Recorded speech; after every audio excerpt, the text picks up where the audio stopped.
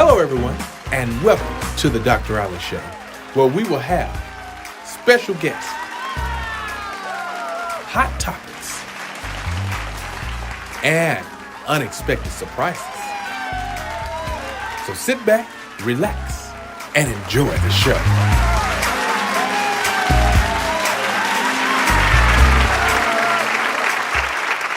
Hello, everyone, and welcome to the Dr. Ollie Show.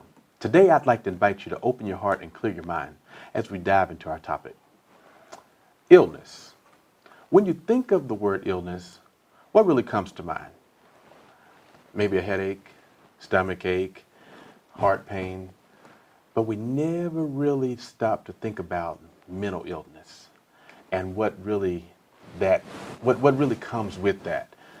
I have a lady here on today, young lady, who's going to really share with us her story and how she suffered with this for quite some time. So, without any further delay, let's welcome Miss Vicki Haynes.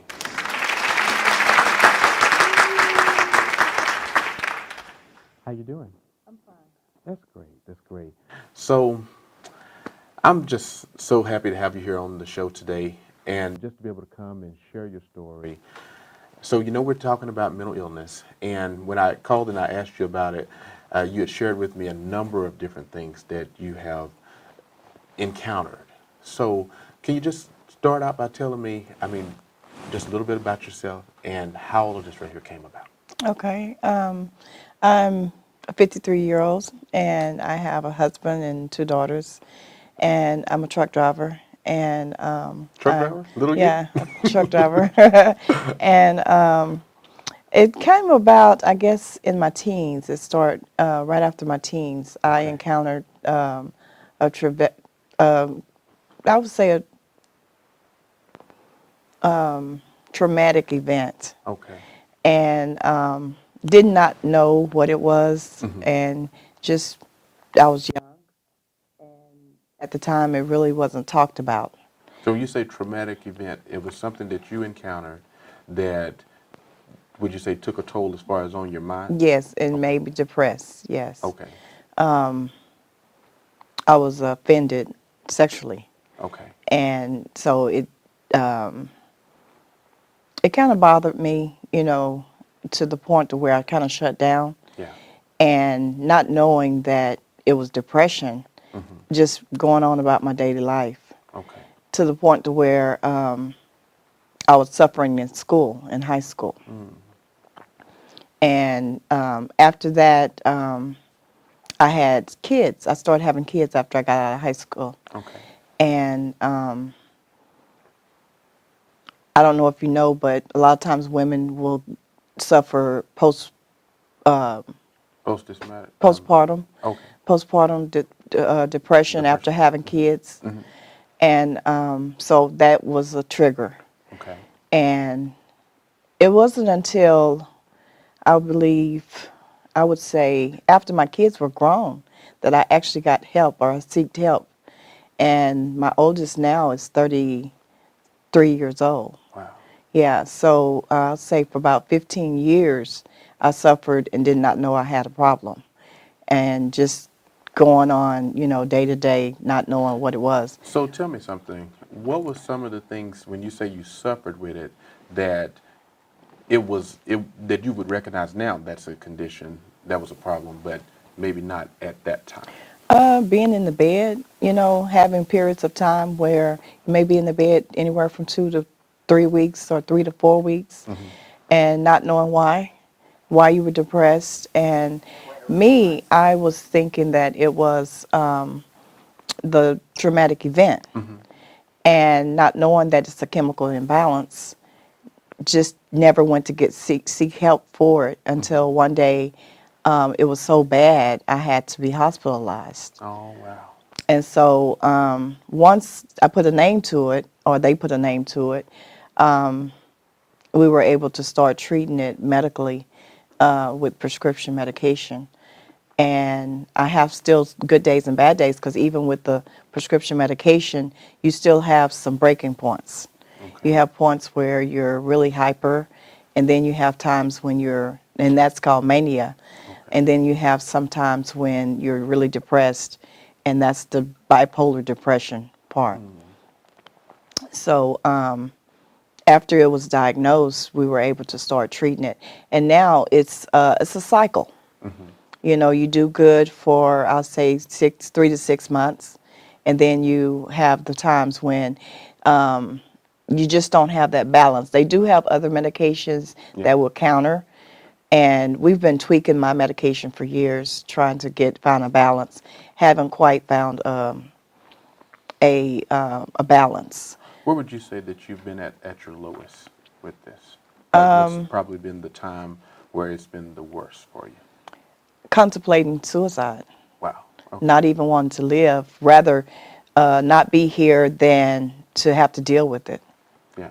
Yeah. And so, with contemplating that, did you have someone that stood with you with all of this, or I didn't mean, at or first. has it always just been just pretty much you suffered with this by yourself? Pretty much suffered by myself. My children had no idea what was going on. And also went through, I had a hysterectomy, and I don't know if you know or not, but that also is a chemical imbalance. Once they remove certain organs, you don't produce some of the female progesterone and some of the hormones that you need to keep you balanced. And so that can put you into depression. So I had several things going on. I had several things working. And just through prayer and supplication, having a higher being, have I been able to just deal with it and continue to follow through with my daily life. So, would you say, with this condition that you've suffered with for so long, do people, when you tell them about it, I mean, is it real or fake? Do they really believe you about Not it? at first. At first, they think you're lazy because you don't want to get up and go to work, or you can't get up and go to work. To them, it's you don't want to, and with you and the person that's dealing with it, is you can't get up. So you're just at home. You're in the bed. You're Laying just down. at home in the bed. Okay. You may get up and shower. You may not. You may get up and comb your hair. You may not. For how long? For anywhere from 2 to 3 weeks. Wow. And that's a short bout. It could go on into months until you just pull yourself up and say, hey, I got to keep going. And some people never get to that point. Some people commit suicide.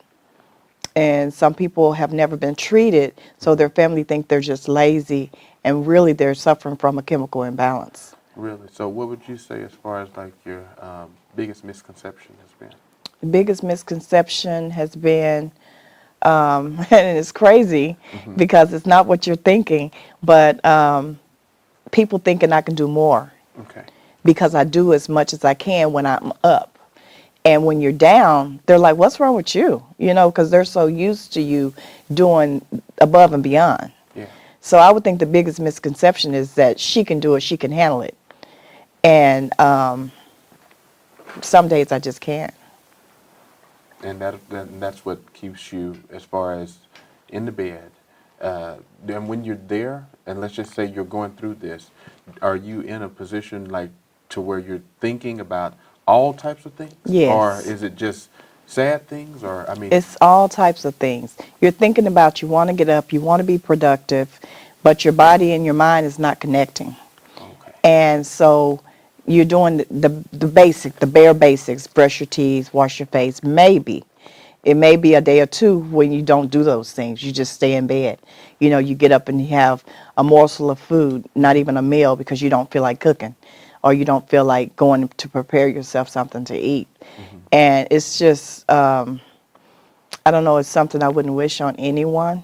Yeah. But there's millions of people that suffer from bipolar depression, and a lot of them have not been diagnosed. So Right. they're just trying to deal with it by themselves. Yeah. Yeah. And you said that you didn't start yours until Later. you was what, past I was 35? past 35, yeah. Wow. Okay. And so that's one of the reasons why we've chosen to be able to. I thought about this, and I got with our producer and I asked him. We just started coming up with different topics, and this was a really good one that we said we would like to be able to just bring and present. to the world. I mean, because this right here, we stream as far as all across the USA, I mean, everywhere, and we want to be able just to enlighten people and to share with people that don't know, or like you said, that may feel like as if that people that they think that may be lazy, that it is something that's really going on with them, and even with yourself. Now, you stated that you have a husband, and you said that as far as he's in your life now, so does he understand all of this right here, He or he? he did not at first. Okay. At first, he because when he met me, he saw me on my high, Okay. and I was doing it all. I was working, I was taking care of home. I had everything, it seemed to be going for me at that time. So when this came along, he didn't understand it. So he would get upset Yeah. because there was nothing he could do to help me. And so through bringing material home and sending him texts and emails on the mental issue or condition, he's learned how to live with it. And it's been 5 years. We've been together 5 years. But I'd Okay. say the first 3 years, our marriage was very rocky Wow. because he did not understand. He thought, he would always say, "Do you want me to go get you some Tylenol?" Okay. And he thought that, because I didn't feel good, I didn't feel good. Yeah. But not knowing that it wasn't something that you could treat with just Tylenol. Okay, so I'm going to tell you what we're going to do. I have another special guest that she specializes in a lot of this, and so I want to be able to, I've invited her to the show, but I want to be able to invite her out to really express and to share with us just some of the highs and lows of what she's discovered and what she's learned with all of this pertaining to mental illness, and then just give us just valuable information. And so when we come back, we're going to take a commercial break now. And I'm going to bring her out and just allow her to be able to just share the platform with us. And we all collab and just talk about some of the things that you've already expressed and just get her insight on all of this. And so we'll be back right after this.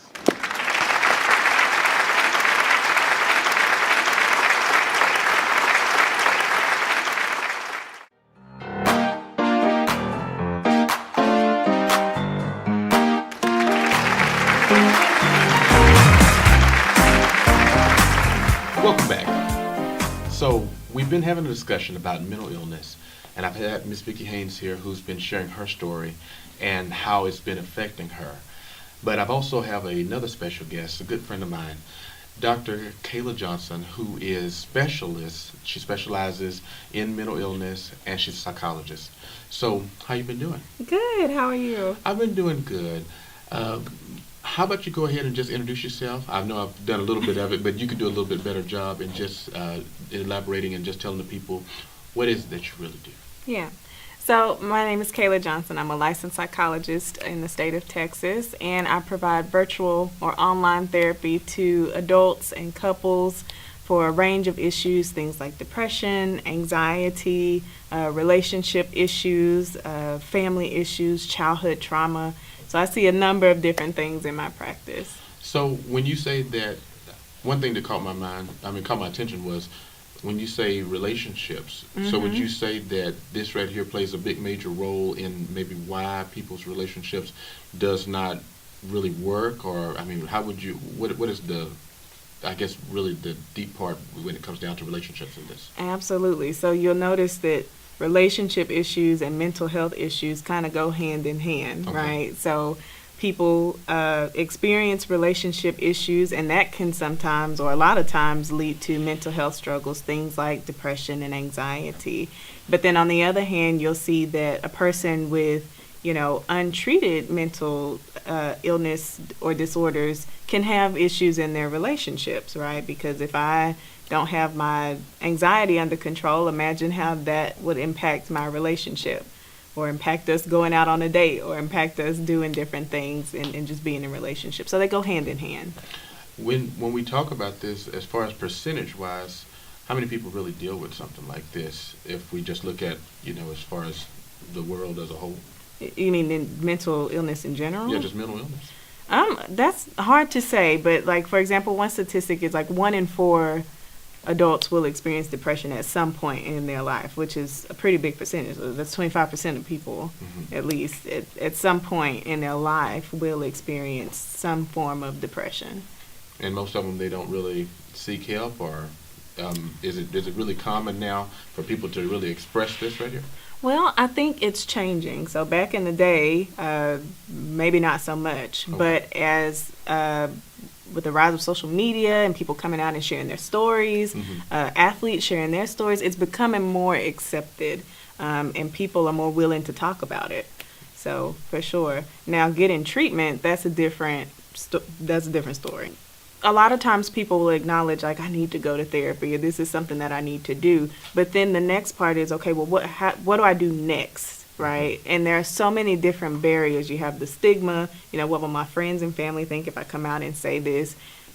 Once I acknowledge it, what do I do? Where do I go to find a therapist? Do I need to have insurance? And so once you get past the financial barriers and you actually find somebody, it's like, okay, well, are we a good fit, right? Because this is the person that I'm going to be opening up to and sharing my life with, and so do they understand me? Do they get me? Yeah. So there's barriers that keep people from going, even after they acknowledge that they need it. So I want to turn to you just for a moment, Ms. Vicki. I got a question for you. Was it hard for you really to accept that you had this type of condition? Yes. And when you did, what was the first step that you was able to take at that point? Or did you really have someone to walk you through the process with it, or what? No, I didn't have anyone to walk me through the process. And the desire to take care of my children is what made me seek help. Okay. And it was very hard because I'm a go-getter. I'm a worker. I work hard. And to have to sit down and take care of this was hard for me. And sometimes I just had to put my hands together and fold my hands and say, okay, I got to take care of my health first because my children needs to be taken care of. And just not having a choice in the matter. Okay. So, Dr. Johnson, one question, and I'm going to ask you the same question, so just get it on your mind once I state it. But a question I have for both of you is, we all three, we come from, as far as, more of a religious background. And with this religious background, we was always telling you pray about it, and everything's going to be okay. And so what really transitioned your mind to know that it's going to take more than just, going to the church, getting prayer, and then after that walking back out the same door? Yeah, I see a lot of clients who come from a background like that, therapy is not understood, mental health is not understood. But when you think about it, characters in the Bible, they all had problems. Okay. They all had problems. Yeah. And we can go down the list, right? But just because you have these conditions doesn't make you any less of a Christian, doesn't mean that God doesn't love you or that you've done something wrong. I like to tell people, when we shame believers for having a mental health condition, it's almost like shaming a believer for having cancer. You wouldn't walk up to someone who has cancer and say, well, you must have done something to disappoint God because that's why you're struggling. And so I think we have to begin to normalize that mental illness is similar to physical illness. They're one and the same, really. And so once we can, change our perspective of that and have pastors, ministers, clergy who are also aware that mental illness does not necessarily equate to sin, I think we can begin to see more acceptance among not only parishioners but clergy too. Okay. You answered it really, really well. Do you have anything you would like to elaborate pertaining to this? No. Not really? No. Okay. She said, look, it's like you said like a whole mouthful with you did it really, really well. So when it comes down to, as far as, I guess, you look at this as a personal connection with your job, now that you see and you have more insight on all of this, what would you say that personal connection really is? To this profession? Yeah. Well, a lot of times people, when you ask a therapist that, they'll say, I love to help people, and but I'm not a people person, really. I'm more of an introvert, and I'm more quiet into myself. So you're antisocial. If you want to call it that. Okay. But I think what draws me to this is my faith in God and His commandment to love others. even those people that we deem difficult to love. You know, you hear terms like schizophrenia or bipolar, and there's this stigma around it that this person is crazy or this person is difficult. And, you know, I think God's call to me was, it doesn't matter, love them anyways, right? It doesn't matter if this person is medicated or not, love them anyways. It doesn't matter if this person is treated or not, love them anyways. And seeing a person for who they are and giving them an opportunity to share that's my favorite part of my job. Okay. It's not about, you know, seeing numbers go down. To me, it's about giving people a space to share without judgment, to say, this is something I've been struggling with, I don't understand it, I don't get it, I don't know what to do, and to not feel judged, to not feel like they have to say the right things or do the right things or be proper and prim when they come to see me. Because a lot of times people come to see me and they're falling apart. Really? And that's okay. That's okay. Yeah, and you're here, as we would look at it, we always say that really even with church, it's supposed to be, you know, as far as a hospital for those sinners to be able to come in. So you look at your job, it's more of, as far as the location, for people to be able to come if they're hurt, wounded, broken, with mental conditions, that you'd be able to assist with that. Yeah. More something like that. Okay. Absolutely. Okay. Good way to be able to put it and everything. So what we're going to do is we're going to take another commercial break. And I've really enjoyed chatting with both of you. And once we come back, then we're going to get ready to wrap up our session. We'll be back right after this.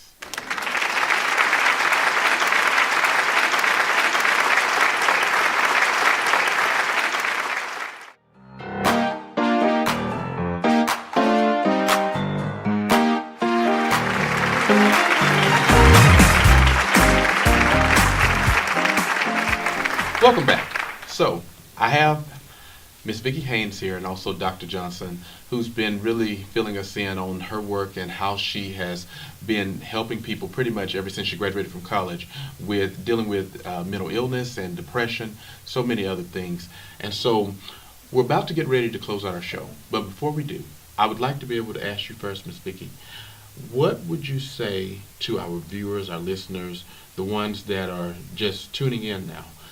What would be probably your final words if you could leave anything with them on today? Never feel like you're alone. There's so many resources and there's so much help out there now, not like in the older days when they didn't have a name for it. And just starting with the hotline at the hospital for the mental ward is a great resource. They will send you in different directions and help you get the help that you need. And there's so many people that's suffering that you're never alone.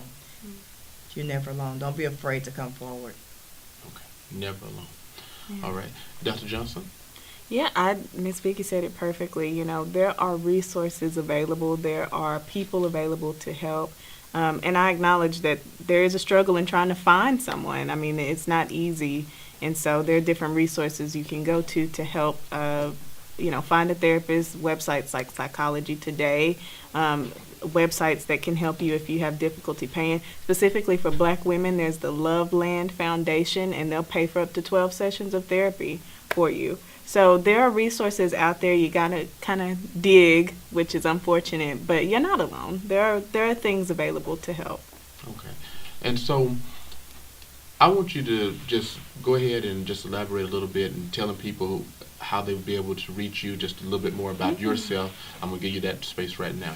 Yeah, you can follow me on Instagram. My handle is at Dr. Kayla Johnson. You can email me at drkaylajohnson@gmail.com. Those are the best ways to get in touch with me.